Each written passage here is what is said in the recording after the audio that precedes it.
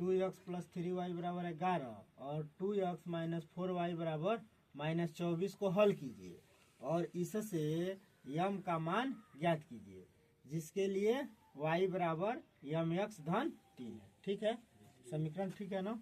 अब देखो यहाँ पे सबसे पहले सवाल हल करने का तरीका क्या रहेगा, यहाँ पे लिखना हल, हल में लिखना दिया है, दिया है। तो हम लोग को क्या दिया गया है कि दो समीकरण हम लोग को दिया गया है, तो ये दोनों समीकरण उतार लो। 2x प्लस 3y बराबर 11 और 2x माइनस 4y बराबर माइनस 24। ठीक है, दिया है दो समीकरण। अब इसको हम लोग पहला समीकरण कह देंगे, इसको दूसरा समीकरण कह देंगे। अब इसमें ये दिया नहीं है कि किस विधि से हल करना है, तो जो विधि हम लोगों को उचित लगे उस विधि से हल कर देना है। तो इसमें जो हम लोग विलोपन विधि से हल कर देते हैं। ठीक, समीकरण दो में से समीकरण एक में से दो को घटा दो है, तो लिखो समीकरण दो सॉरी एक में से समीकरण एक में से समीकरण दो को घटाने पर, तो समीकरण दो को घटा दो, तो समीकरण एक को लिख लो 2x प्लस 3y बराबर 11। ठीक, और 2x माइनस 4y बराबर माइनस 24।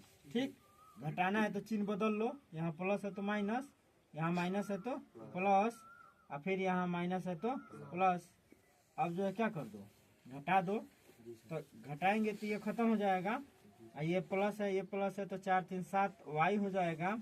अब बराबर कितना हो जाएगा, इसको भी जोड़ लेंगे तो 4 1 5 और 2 1 3 35 हो जाएगा। अब इसको हल कर दो तो y बराबर क्या हो जाएगा 35 और बटे में 7 हो जाएगा, 7 5 35 हो गया। तो y की वैल्यू कितनी हो गई, y बराबर हो गया 5। अब देखो हम लोग को कह रहा है कि इससे यम का मान ज्ञात करना है, तो इसमें जो है चूंकि यहाँ पे x का भी मान ज्ञात कर लो, तो y के इस मान को समीकरण एक में रख दो। तो लिखो y के, यहाँ पे लिखना y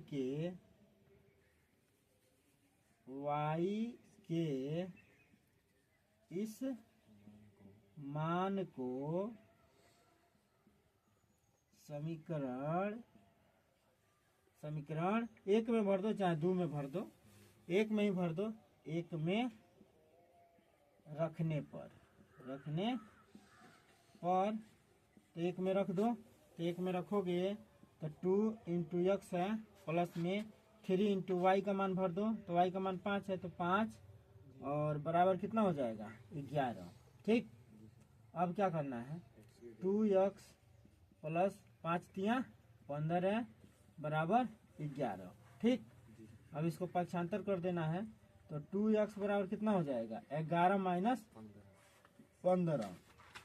अब 2x बराबर 11 में से 15 घटाओगे कितना होगा 4, किस में माइनस में।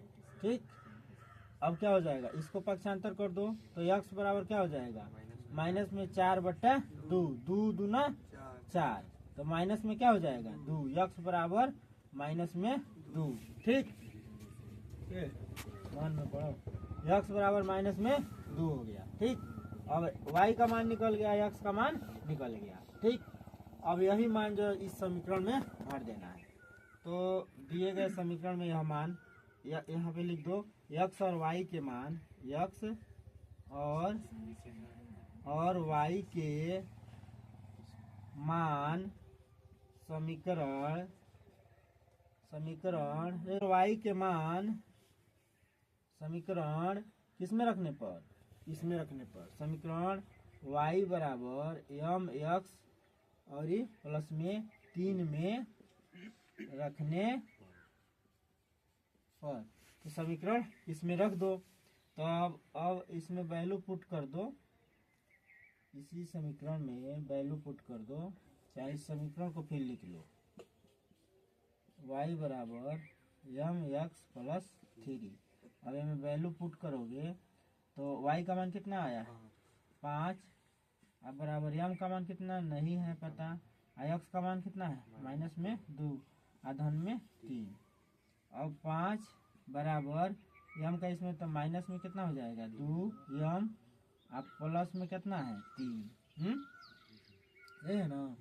अब इसको इधर ले आ दो तो 5 माइनस 3 हो जाएगा बराबर माइनस में 2 यम।